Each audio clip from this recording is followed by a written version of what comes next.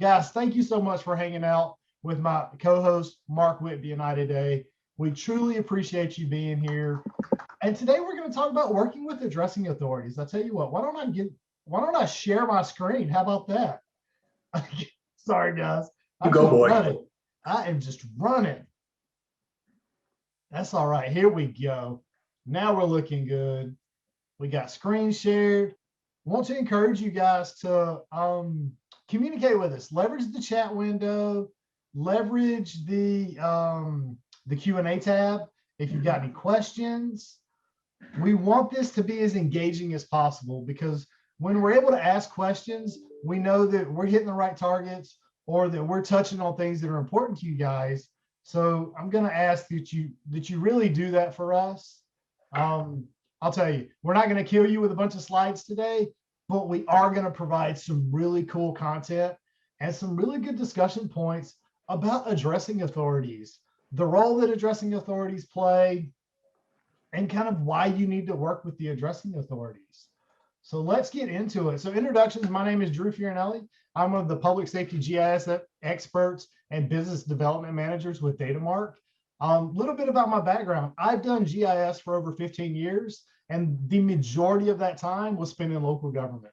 I have managed GIS shops. I've also built GIS shops, meaning I was the first ever GIS hire for the city that I worked in North Carolina.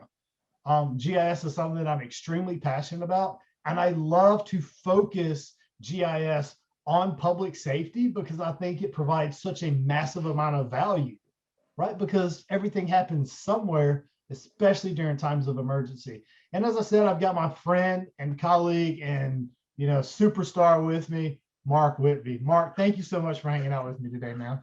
Oh man, now I got to really step up my game that you threw that out there. Called you a superstar, so come on. Exactly. My name is Mark Whitby, as Drew said. I'm an E&P. I spent most of my career in Florida. Started as a call taker, radio operator, teletype, worked my way up through training, supervision, management, became a director. And then I moved over to the support side. So I started working with those MSAG and alleys and wireless providers and VoIP providers. And then toward the end, I started working with GIS. So I started doing a little bit of everything. And again, I started as a call taker. My heart's with the public safety people. It hurts as all you guys go through this pandemic, but the things that we do with addressing authorities and GIS helps the 911 centers so much. It's so really important. And I spent a lot of time working with addressing authorities in Hillsborough and Pinellas County where I worked, where we had a multitude of people that we had to communicate with when we did addressing. So I'll have some good discussions as we get further. So thanks for having me, Drew. I appreciate it. I tell you guys, I'm going to be honest. A big reason, other than Mark's my friend and I really enjoy presenting with him, why Mark is on this call is because I'm going to pick his brain on his history with working from the PSEP side with addressing authorities. He's going to bring a unique concept and component to the conversation that I've never even thought of, because I haven't necessarily had to deal directly with an addressing authority. Because in my time in GIS, I was the addressing authority. It was my office. It wasn't me, but it was someone in my office. So they took care of that. I got to delegate that. So pick Mark's brain. This is a great opportunity to do that. All right, let's get into the agenda. So as we stated, we're going to talk about addressing authorities, specifically who are they and who's the right person. We're going to talk about the role of the addressing authority, the purpose of the addressing authority, and I'm going to discuss a little bit about environmental and cognitive bias in regards of, we often think about folks in local government living in silos and thinking in silos. That's where this environmental and cognitive bias conversation comes into play. And it's just something I really want to bring some attention to, because we often don't think about it. It's a subconscious thought on our environment impacting and influencing the decisions we make or what we see, right? There's no right or wrong to it. It just is. But by identifying that it potentially exists, we can move forward with it. We're going to talk about recurring addressing challenges. So what types of challenges are we talking about? Wrong house number, wrong street name, legacy issues that may no longer be acceptable or valid. when we're talking about addressing data. We're really going to dig pretty deep into addressing ordinances, which are really considered your local standards. We're going to talk about subaddressing and how subaddressing relates to next generation 911, and then provide some solutions or some thoughts or some ideas about bridging the gap between data management for business needs and how to build solid relationships with your addressing authorities, understanding existing workflows, how those workflows should evolve to incorporate a bigger reach to help you prepare for things like next generation 911 while improving workflows and process to supporting existing business practices. So we're going to talk about quite a bit of a lot today. I hope it's going to be valuable for you guys. But first, we want to know, who is your addressing authority? So I'm going to launch this poll for you guys, and we're going to spend about 30 seconds if you'll take and just answer the poll for me, right? Is your addressing authority the 911 person? Is it planning and zoning, which for me, outside of GIS, it was planning and zoning? Is it someone in the building department, somebody in community development, GIS, or you know what, Drew? I don't know. I don't know who my addressing authority is, and that's okay. It's okay to not know who that person is. But as we move forward, you'll see that they're going to be important. We've got some folks coming in, Public Works Department. Tax assessor. Tax assessor is great. Yes. Yep. Public Works. I have 40 addressing authorities. So I feel you, Janice. Big county. I feel you. Combination of GIS and 911. That's kind of how it operated in my county. I was the GIS director. My analyst was the addressing person, but we worked hand in hand with 911 to make sure new as-built that came in or new properties that needed to be addressed worked with CAD. So it was a constant exchange of information back and forth before anything was approved or finalized or went into that approval process. Wow. Emergency management is another one. Growth management. We address everything outside of the city of Ashland, and the city has their own GIS. We took over addressing from the property valuation administrator. Yeah. So that makes a lot of sense too. And as I'm starting to really get out of my geographic area of knowledge as it relates to the mid-Atlantic area and the Southeast, I'm slowly being introduced to like property valuation administrators that have this GIS responsibility of supporting addressing data and road centerline data. I need to learn more about that. That's a new concept to me. While the work itself is not a new concept, that role is a new concept for me. All right, so we've got a ton of guys come in. Let's end this, a ton of polls come in. For the majority, let me share these results out with you guys. So it looks like 31% of the folks that answered said GIS, which is great. But wow, really close is planning, really close is 911, community development, building, right? So you're starting to see that these roles exist in so many different areas within our communities. Mm-hmm. It's not a common place, right? It's not GIS everywhere. It's not 911 everywhere. We're seeing just in the chat, which is great, guys. I love to see the chat window just fired off. It's amazing.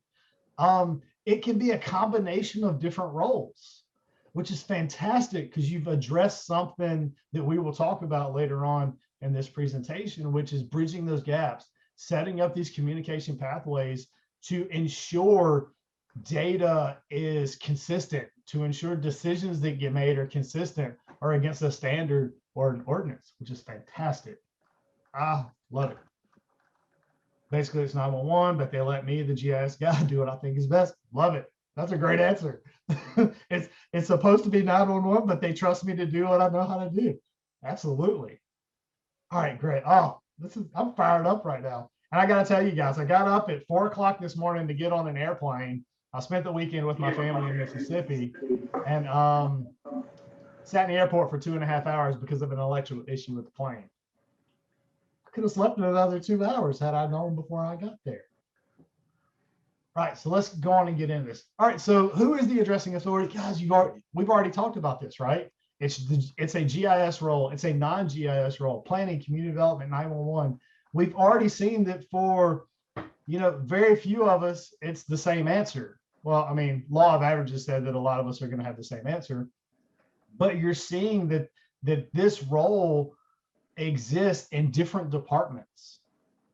So start thinking about how those different departments and their role in supporting your community may impact decisions that are made as to a street name or a house number, and why that's so, right? If 911 is not involved in the conversation and all of a sudden you're starting to use half addressing, or you're changing the format for a subaddress, like an apartment subunit or a building complex, this commercial development, whether they're using A's, B's, either numeric or alphanumeric values. What's the root of the decision? Where is it coming from? What standard are they using? Is there a local ordinance that exists that says this house will be this number because we're using this standard, which could be USPS, which is 5.28 feet, or you're using a grid system. In the county that I came from, where I was the GIS director, for our addressing, we addressed for the county and we addressed for the city. The city used a spiral pattern because when the city was incorporated, that's what they did. So addressing started at the center of the city and then spiraled out clockwise. But once you got to the county boundary, it was a grid system. So then you addressed based on grid. Now the distance between each point was the standard 5.28? 5.28. 5.28 feet. So that was consistent in the county and in the city, but how you did it was different between both localities. So we had to remember that. And that was a local ordinance that was established for the city and a local ordinance that was established for the county that stated the practice would work that way.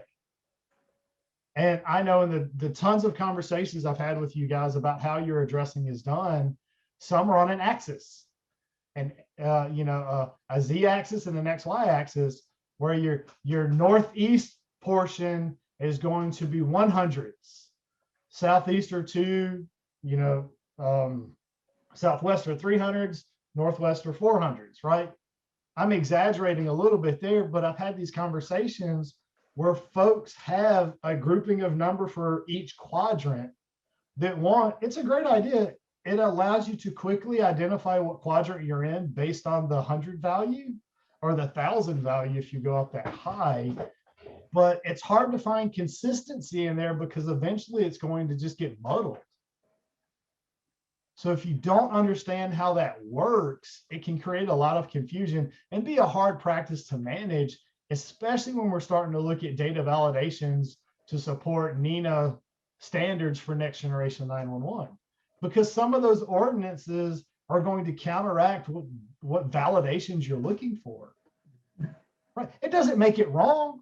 You just need to know that things are done for a reason so that we can make accommodations or make exceptions for validations that are run to support a migration to next gen 911 or support a new system coming in to support your tax assessor's office, your parks and rec department, right? Because while we will talk about public safety and 911 quite a bit on this call, understand that it benefits all, right? Addressing is not just for 911. It didn't start that way, right? For 50 years, we've used addressing data and GIS data for land management and land assessment, right? Here, only recently, within the past couple of decades, we've seen this value placed on public safety, right? Because everything happens somewhere. Location is important. Well, we already have location data because we're evaluating property, right? And then we had 911, and then we got into the phases, and that's a whole different conversation. We'll do a different presentation on that later, I'm sure, right? But just when we understand at the root core of the process, things can start to make a little more sense, and it can be expanded to support more than just this department or this department or this department. And that's where we'll get into the environmental and cognitive bias. Right. All right. So the role of the addressing authority, this is right. I think this is common sense. I don't want to say it's common sense because I know the role can change based on where they sit in the department, right?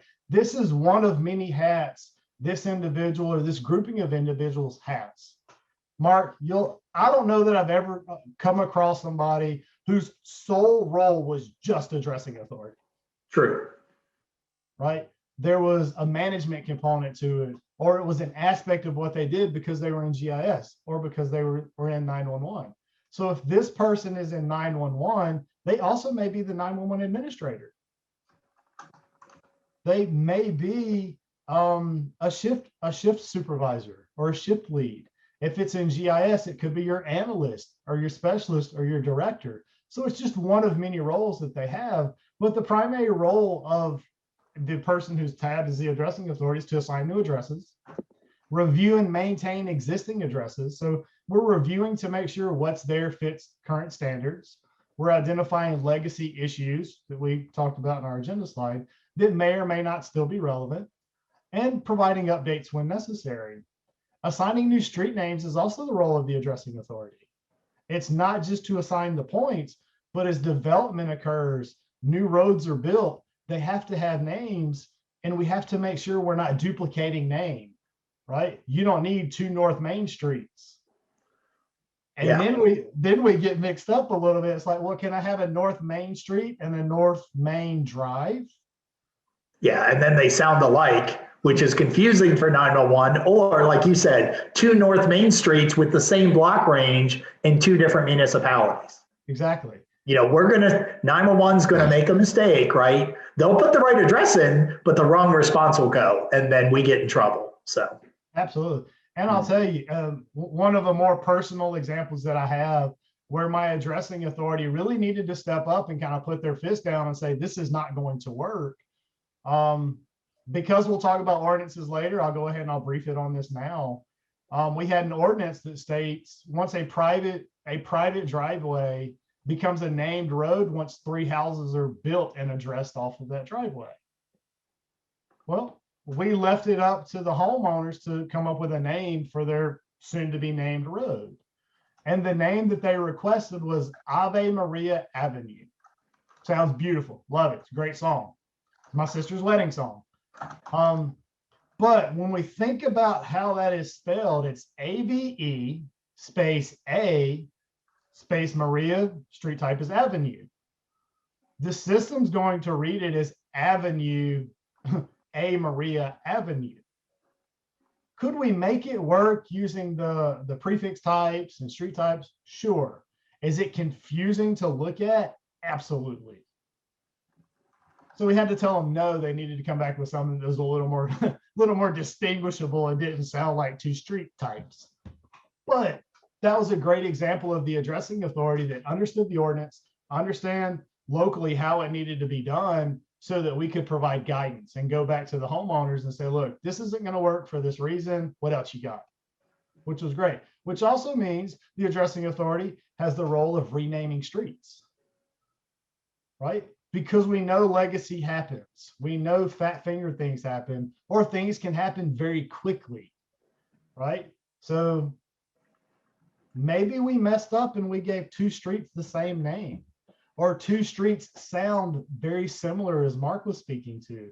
We need to change it to make it a little more distinguishable. Well, this person has the authority to do that as long as they can identify why. There has to be purpose. We can't just do it for any reason. It's got to be purpose. Mm-hmm. So they're also maintaining and managing street centerline data, which means the road ranges. We're identifying if they're theoretical versus real. We're identifying where address points fall out of ranges so that we can adjust where we need to. And also is responsible for enforcing and adhering to the addressing ordinances that exist in your local community, whether that's your city or your county. Because as we know, addressing information is local. Locals are responsible for it, right? It's not something you can throw to the state. It's not something you can throw to the region. And Mark, I'd love to hear your thoughts on this. The only reason where that may change a little bit is if an incorporated city in your county gives the county the authority to address the city. And that happens in places. I know in Hillsborough County, the addressing authority retired. and he'd been there like 35, 40 years.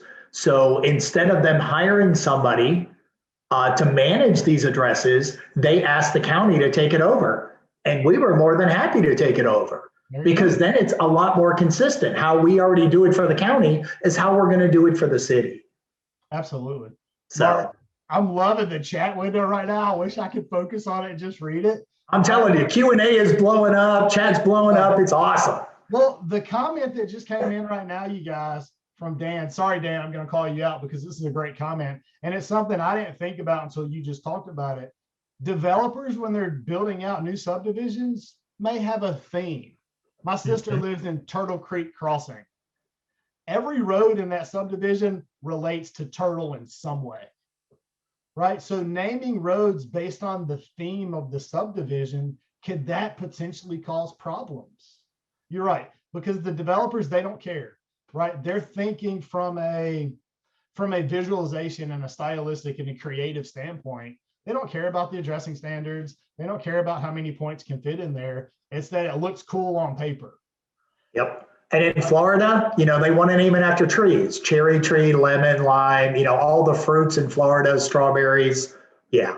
Those themes can be detrimental because if you have a pretty big county with a lot of cities and everyone has a line street, what are the odds of those ranges are going to be overlapping? And that causes problems, not just for 911, but for postal, for Domino's, for DoorDash, everybody else. It's going to be an issue, right? Of course, 911 is more important than the other ones. Yeah, I want to get my food delivered, but if I'm having a heart attack, I want the ambulance to find me, right? Absolutely. And I'll tell you, while it may not create issues in your jurisdiction, your municipality, or your county where you're dispatching services, think about the next community over, the next county. Do they have a Lime Street? Do they have a Main Street that has the same ranges as you do? That could create problems as well if we have inconsistency in our boundary data, or we have some inconsistencies with other data that's not matching correctly, where a 911 call doesn't know where to go, or a dispatchable service of some sort, whether it's UPS, FedEx, Papa John's, Pizza Hut, right? Where they're using some sort of methodology to route to your location, but they see two, right? Exactly. Go ahead, Mark. And that's why in next gen, we start adding fields like state, county, incorporated municipality, right? All these other things, because again, we know in every state, there's probably a Washington or a Jackson County, right? Well, if there's one in Florida, but there's one in California, where does that 911 call route, right? So we start looking at those things. So that's going to help us in the future to help alleviate some of these legacy issues we've had for years. Absolutely. And I want to address a question that we have right now. So I'm sure this is the same for a lot of your communities where you find it appropriate to use both theoretical and actual street ranges, given the situation that's presented at the time it was, accepted into the system or platted. Is using that mix unusual? Absolutely not. It's almost the best practice, right? Understanding where it's being used and how it's being used will help you determine if theoretical versus actual is better. So most developers will submit their plats and their as-built as a theoretical that ranges you can adjust later as it gets built out. That's fairly easy. But as you get more rural in your community, a theoretical may fit better because on a 10-mile stretch of a road, you got 3 houses, right? Theoretical is going to be fine there. You don't want to go actual there because the opportunity to develop in the future is there. But the more dense you get in population, as roads become more developed with habitable structure, you potentially will have the option to adjust theoretical to actual to make it fit reality better, right?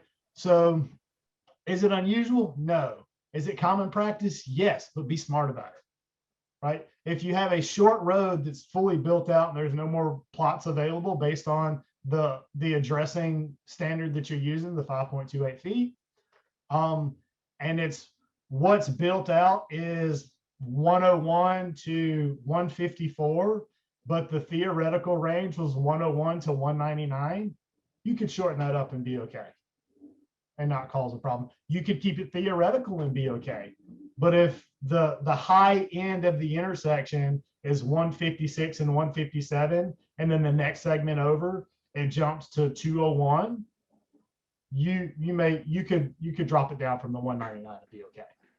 Right. So it's think about the usage that's there and what's most functional and what's most relative to reality is really kind of the question, unless you have an ordinance that states otherwise.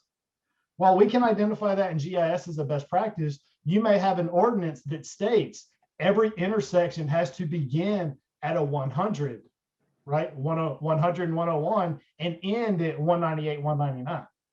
If there's an ordinance for that, you can't change it. You can argue the ordinance and get the ordinance changed, and then you can change it. You can do that, but there's a stair-stepping process to doing it. Hopefully that makes sense. All right, let's move on. Mark, I love this topic.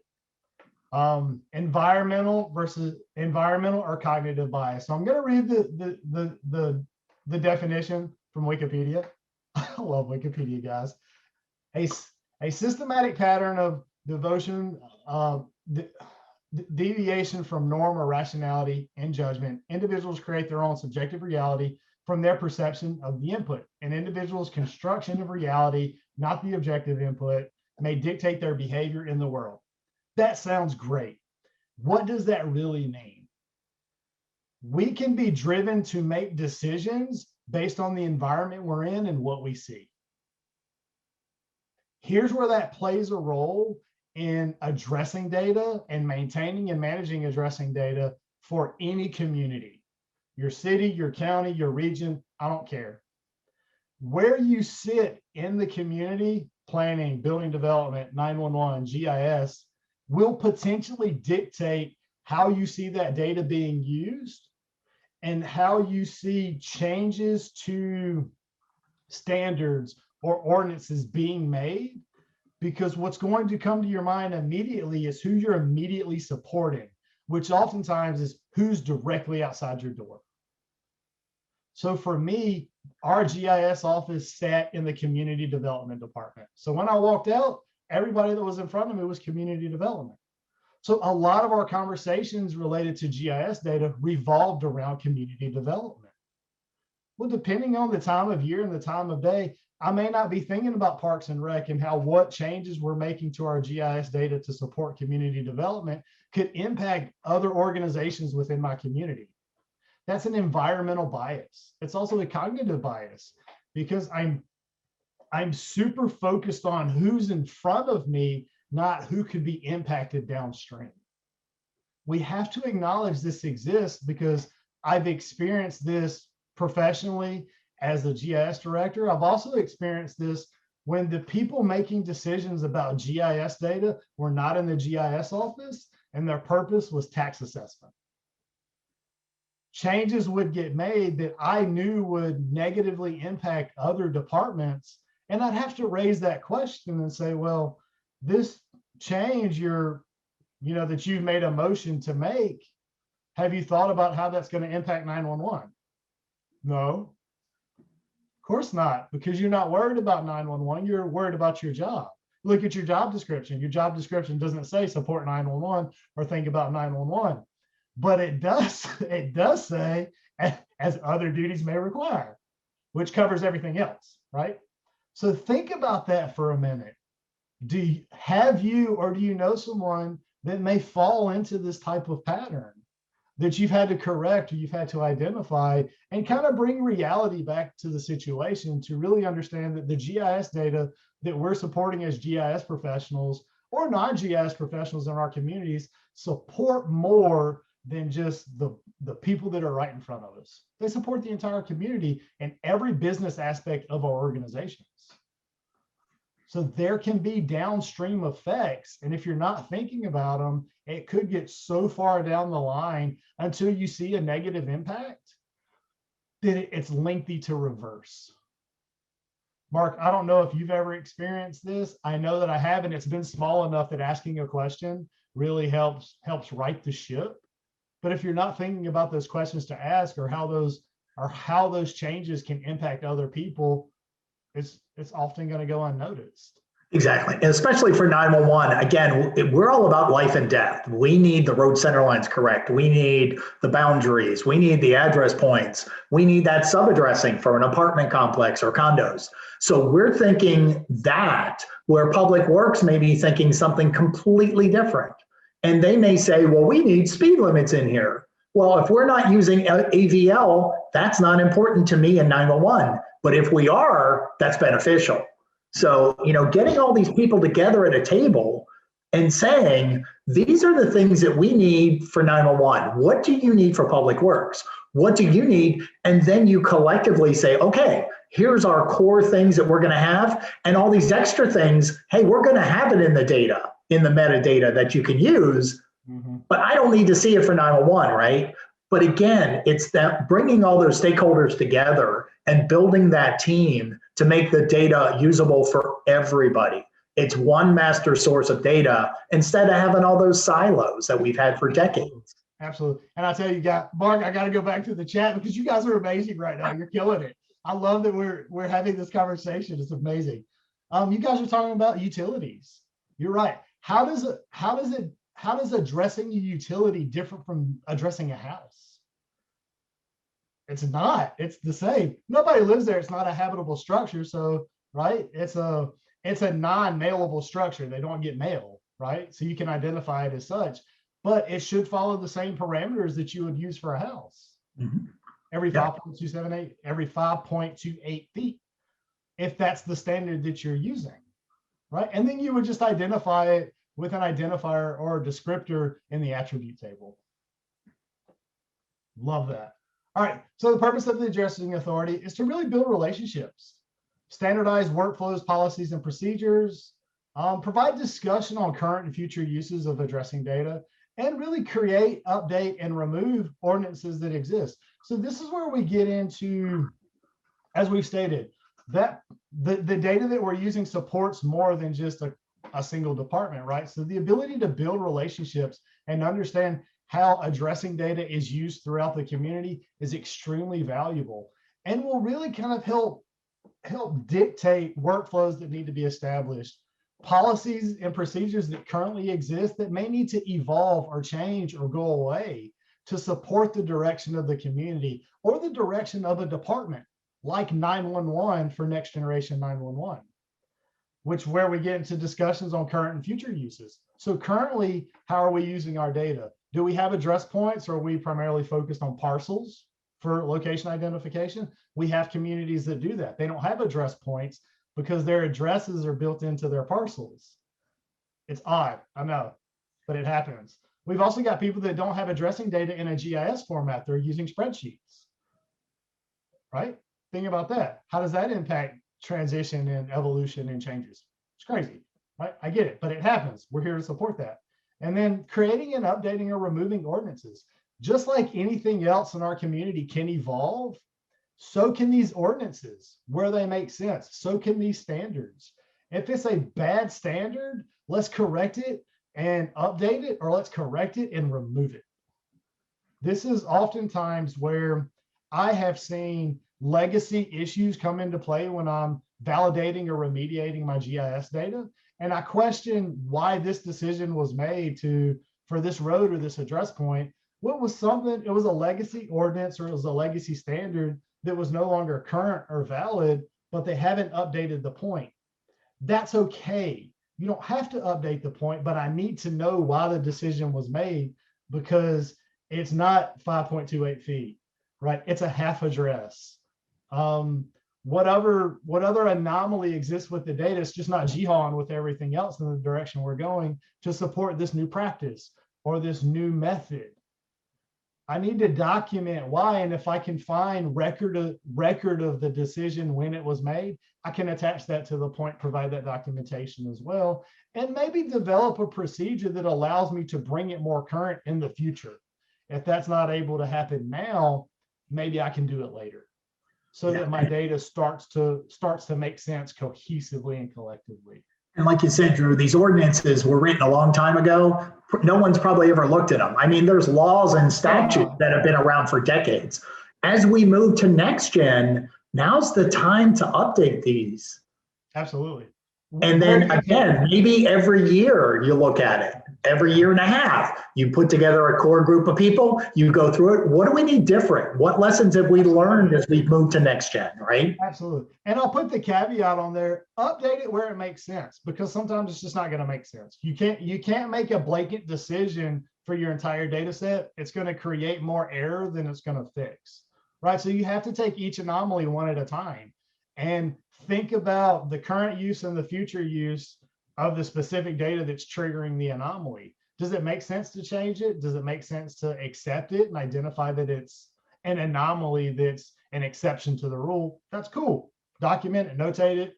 That way we start this trail of these decisions get made, and we're tracking it in the GIS versus tracking it in our 3.5 index cards that go back so many years. We're starting to digitize this stuff and create these digital historical records of these documents. This is extremely important, right? And then addressing challenges, common addressing challenges that we know the addressing authority is looking at.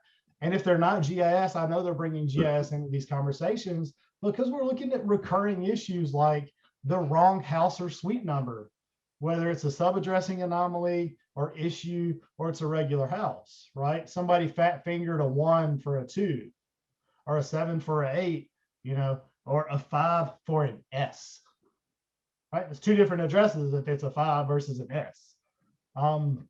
It's got the wrong street name or street type. Commonly what we see is street name is correct for each segment of road, but street type can flip, right? You're going road, right? RD, RD, RD, RD, D, RD, RD, RD, RD, RD, right? We flipped it in our head. Did we catch it? Maybe we fixed most of them, but we missed that one that we need to identify and go back and fix. Or I've often seen this, a street name that doesn't match the property record or the existing, the current plat.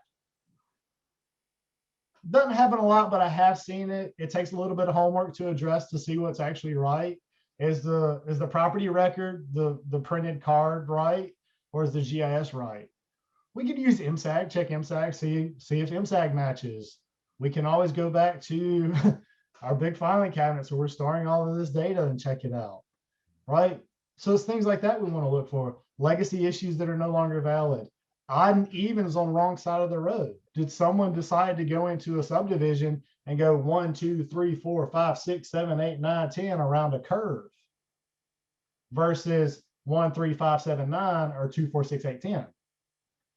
That could be an exception to the rule, but the rule would state, depending on which side of the road the houses are on, it's going to be even or odd. What's the local ordinance say? Right? Duplicate street names or street suffixes. Mark and I talked about this earlier.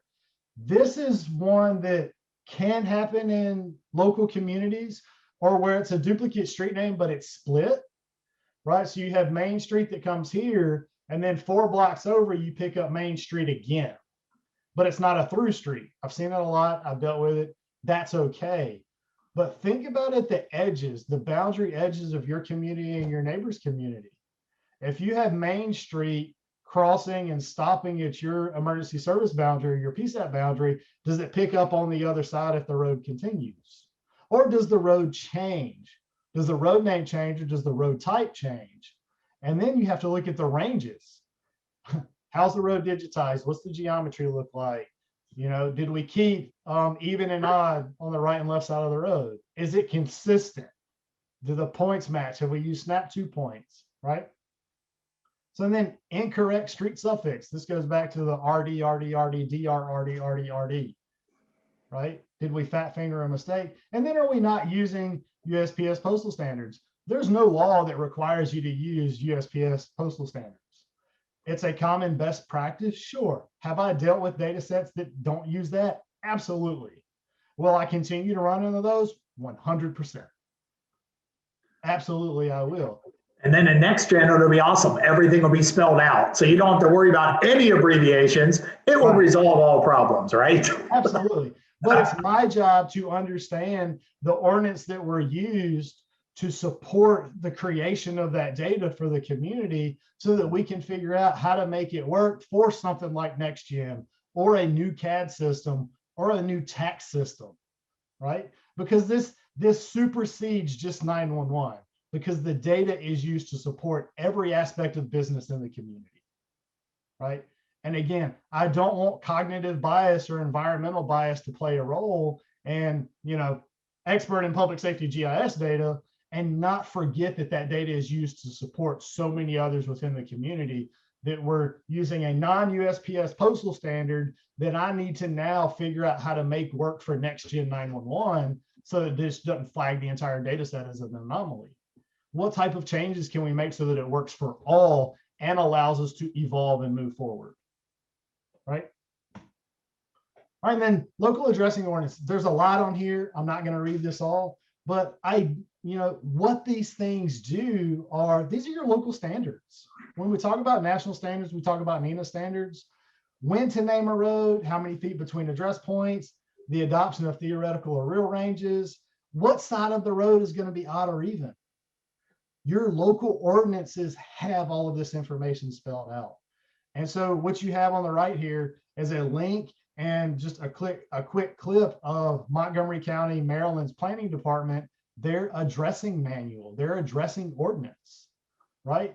This document provides guidance to staff, developers, and the general public, right, on the requirements and guidelines for naming new and private streets, assigning addresses to properties and new buildings, changing existing street names or address numbers. It's the encyclopedia right there. That's everything I need. And if I come into something that falls outside of what this ordinance was created for, I have an opportunity to update my ordinance and make changes, right? So I'll encourage you, if you haven't checked your ordinances, find out where they are, read through them. Some of them are going to be really tough reads, but check them out because there's valuable information in there. And if you're not from a community and you are new, or you've been there for a few years or several years, this is going to give you just a look back at history and how decisions were made at the beginning, and see that evolution to how they got to where they are now. Again, purpose of those local ordinances, this looks like just a copy and paste. No, I put this in here because it specifically addresses GIS-based program and associated databases. So you can see that these continue to evolve to not only support non-geospatial programs, right? Because back then they didn't have GIS.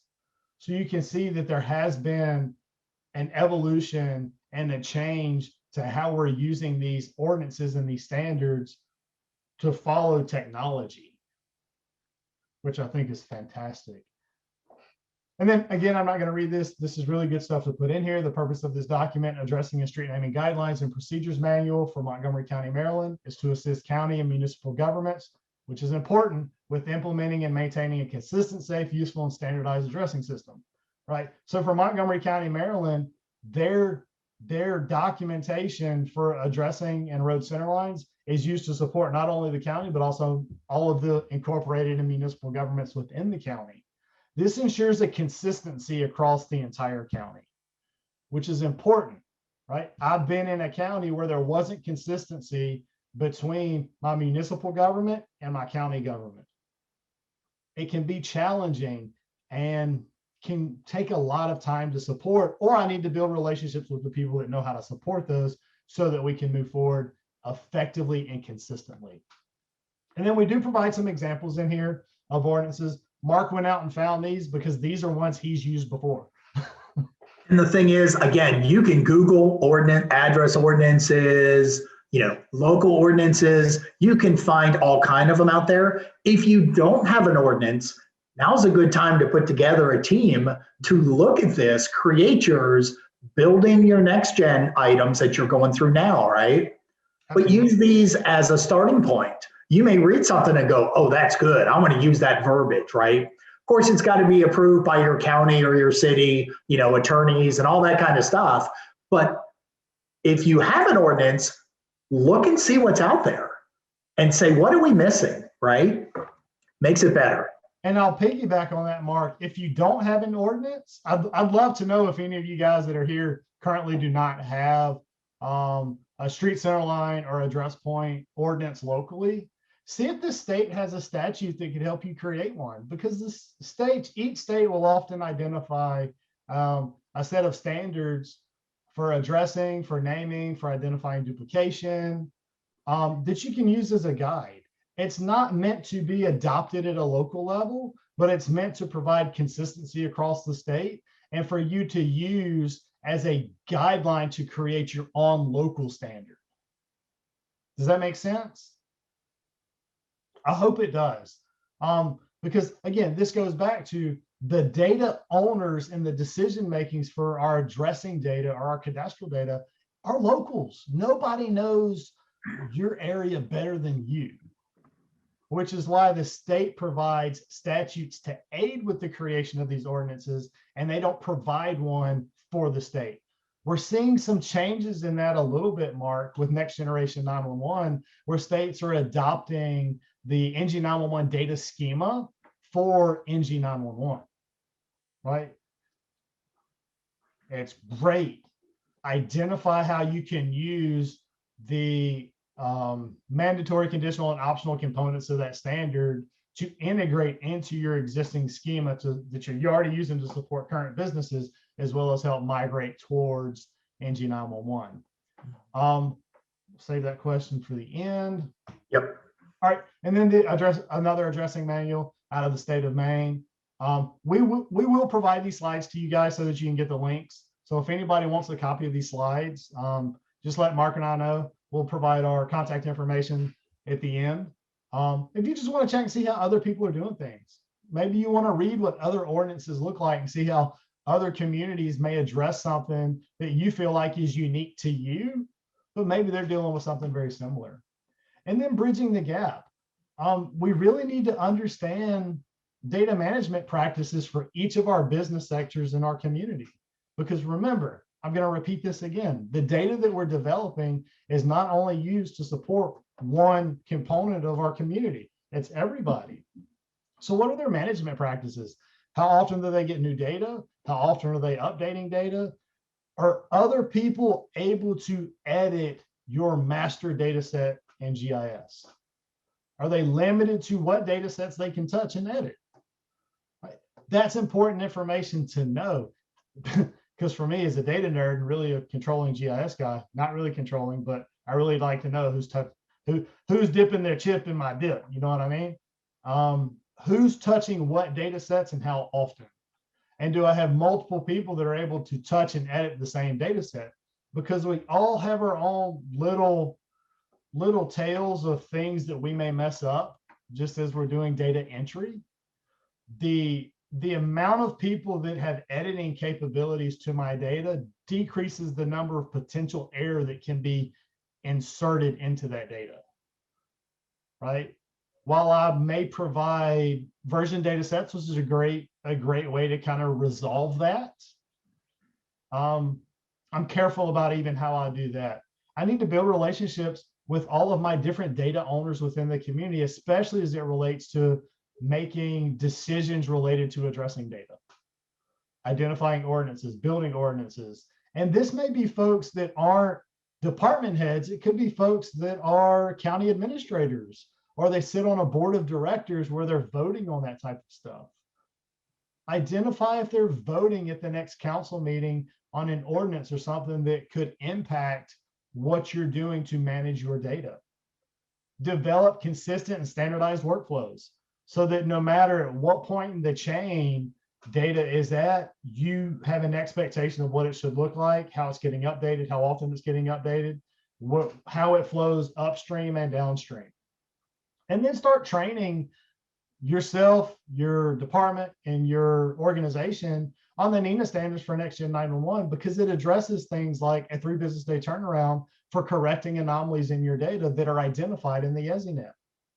It identifies GIS data standards, schemas, layers, provides a ton of recommendations that not only impact data for 911, but can impact data for planning, for community development, for these other departments that you may be able to adopt and have a broader reach for.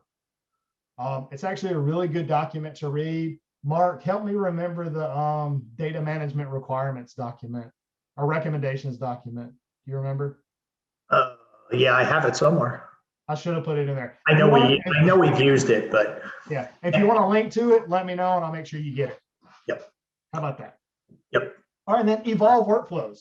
So as you build out these relationships, you develop these more solid understanding of how data is being used, make sure you're building for success. Don't continue to drag workflows along that you know you're just going to have to fix later. Address that issue now. Use automation processes, using automation and processes and workflows where you can. The more you can automate, potentially the better it can be, because by setting up automation to these workflows and your data, it's going to reduce duplication of efforts. It also provides consistency and expectation, so that if something does go wrong, you know where it went wrong and you know why, right? It's hard for me to identify where an error potentially was interjected or where it could be when I have multiple people in the data set that have an editing capability. When I can automate data upload, automate data download, automate data validations. All right, Mark, let's take the note to send out the link for the NEMA recommendations for data management. Yep. And we'll provide that out. Absolutely. I'll look for it. Thank you. So evolve this stuff so it supports where you were and where you're going. And I know that sounds a little contradictory, but it's how we have to look at it. We can't just come in here, guns a-blazing and say, all right, it's all getting changed. Because some stuff can't change because it's supporting a legacy system that we're currently using to make decisions against. How can we evolve the workflow to support a legacy system, as well as support something that's going to be a little more innovative? We did throw this NEMA standard up there. So this is not the one that we were talking about, Mary, but this is a great one for GIS folks. It's the NEMA standard for NG 911, the GIS data model. Approach that with an open mind. While it's created by NEMA as a standard for NextGen, there's some really good components in there that are going to help you build out your GIS data to support a different level of understanding of your data that can be used across departmental. And we do have that link there. And it also mentions addressing authorities in the document. So if you want to find out where in that document it mentions, Control F, addressing authorities, and you can read how they tie the two together. Yep. Because we understand that it's not just for 911. It supports everybody within the organization. And then an example of that would be a street name that's assigned by a local addressing authority must be in the name of the road centerline table of your attribute table.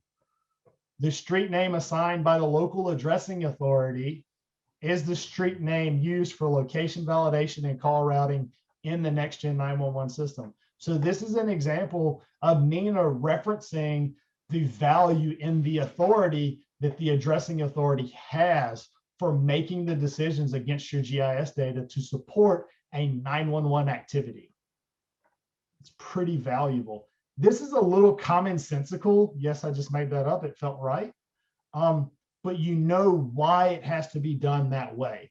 It's to support a specific function in that call routing process, right?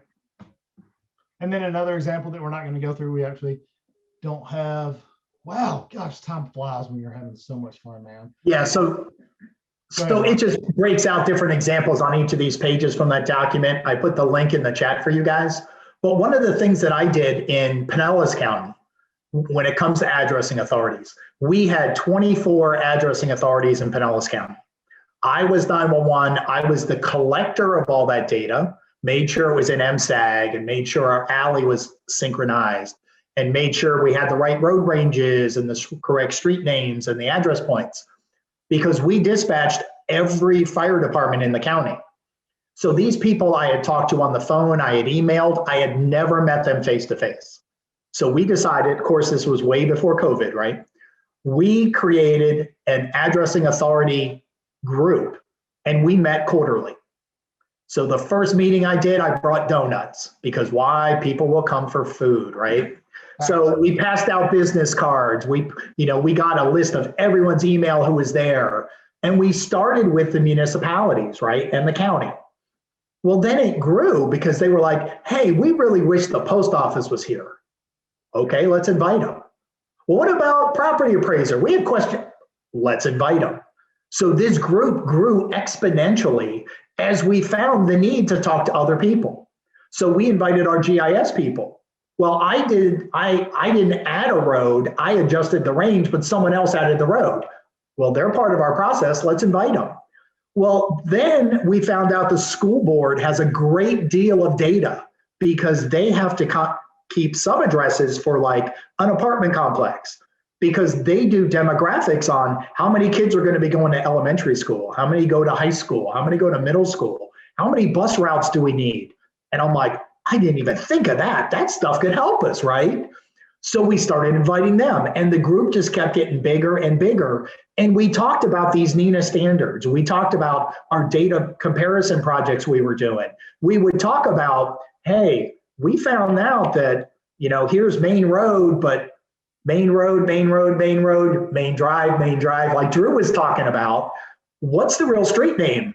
Well, hey, municipality, you're the addressing authority. Go back and research it. Get back to me. I'm going to fix it. So we started fixing issues. We started having really good discussions. Bring people together and the group will grow and everybody benefits from each other. We talked about that 3-day business turnaround. I said, hey, Nina's coming out with this recommendation. Is it a law? If I send something to Drew and he doesn't get it in 3 days, I call the 911 police and go, okay, Drew Fiornelli, here's his address, go get him. It took him 4 days. No.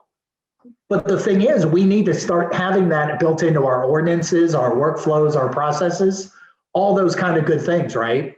So we started talking about it. If I email Drew, because Drew's a municipality in my county, Drew, you need to do this research pretty quick, get it back to me. I need to get it in my system and get it into the ECRF LVF as quickly as possible. Because what if another 911 call comes in 2 weeks and it's not fixed? Are they going to come after 911? Yep. Am I going to go after Drew? Yep. Drew, I emailed you. You sat on it for a month, right? We need to work on our processes and meeting people face to face. It's harder for me to tell Drew no if I'm face to face with them, right? Absolutely. So getting these groups together, build that addressing authority group. Yeah, with COVID still affecting us, set up a Zoom call, right? Set up a WebEx. Get everybody on the phone and say, hey, this is what the county's doing. We're moving to next gen. We need your help addressing authorities for this city or this municipality. Let's get together and do this and make our data the best in the state, right? Absolutely. That's our goal. Absolutely. And we provide some more examples in here of information that can be identified in these NEMA standards, NEMA requirements, as well as your local ordinances. I'd be curious to see who's familiar with the NEMA documents for NG 911 and your local addressing standards. You may see some overlap what's in there, and that's done for a reason, right? It's so that it doesn't create confusion, and it allows you to align what you're currently doing with what you will be required to do to support NG 911. Like now, this slide, notice it says Legacy Street, right? Yeah. Because again, we know the MSAG's going away in the alley, right? They keep saying next gen's coming. Well, until we get there, we still need this to run our CAD systems, to run other systems, right? We're going to be building the next gen fields, but our legacy data is not going away because that's what we're researching. That's what we have it in our system as, Absolutely. And we break it down to each different component, right? We identified this is the legacy street name pre-directional, legacy street name type, right? So we're identifying different types that are in there. And then you get Mark and I at the very end of those documents. Yay. More information, right? Gosh, this time went by really fast. It did. There's a lot of information that we could still cover on this. And I think that we can support that with how fast we got through this versus how much we still could cover, and really the activity that we're seeing in the chat. We do need another class. I agree, Mark. I think the people are telling us we got to build out a part 2. All right, let's do it. And we are down. If that's what the people want, that's what the people get. That's right. Right. All right, so let's take the next 30 seconds for any questions. You guys have been really active throughout. We do have a question. Will all attendees get a copy of the attendee list? Typically, that's not something we've done for our webinars. I will get back to you on that. It's a great question. I've never been asked that question. But it does provide great opportunity to network. And it seems like a lot of you guys are dealing with some of the same issues, because as questions were coming in, you were providing answers, which is fantastic. So yeah, throw your email in the chat if you want to connect with other folks, right? Because I'm not the authority on addressing authorities, right? I wish I could have that, but I don't. There are a ton of you folks on here that are way smarter than I am on this and have way more experience.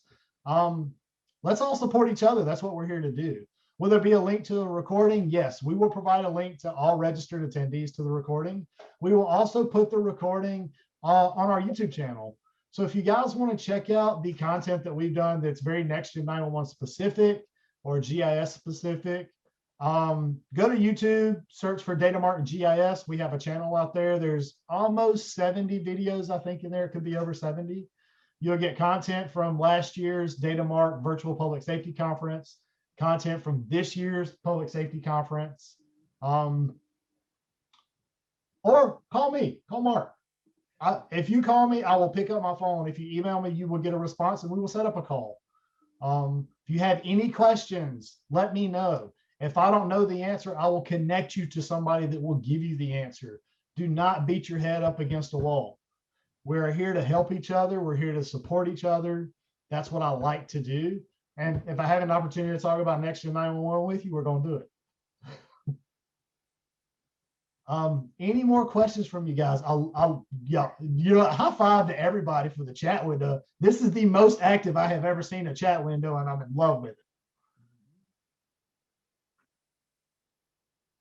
Oh, this is fantastic. It keeps going, Mark. It's like a ticker tape. Love it. Guys, thank you so much for hanging out with us. We're going to let this go a little while longer because the chat window is still active. You guys are throwing your emails in there so that you can connect with each other. We will make sure that you get a copy of the recording. We'll get you a copy of the slide deck. And don't be shocked if I give you a call and want some feedback. And I want you to be honest with me, right? If I'm not touching on something that is valuable and important, I need to know what it is, right? Because Mark, it looks like we're going to do a part 2. Yeah, we are. Right? I did. I think so. So that's where I'm going to pick your guys' brain on what else we need to talk on for this, because we want to make this better. We want to make it informative so that we can continue to grow and help each other. That's the point. Exactly. And who knows, maybe one day we'll be able to set up a face-to-face meeting. It's an arbitrary idea, I know. All right, let's keep it going, man. It's just so active. I love it. You guys are the best. I wish I could send a donut coupon to everybody.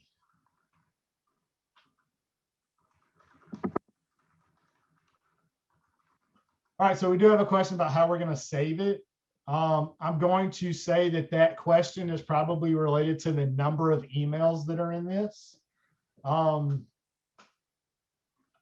You can copy and paste the chat into a Word document. Absolutely, that is a great solution.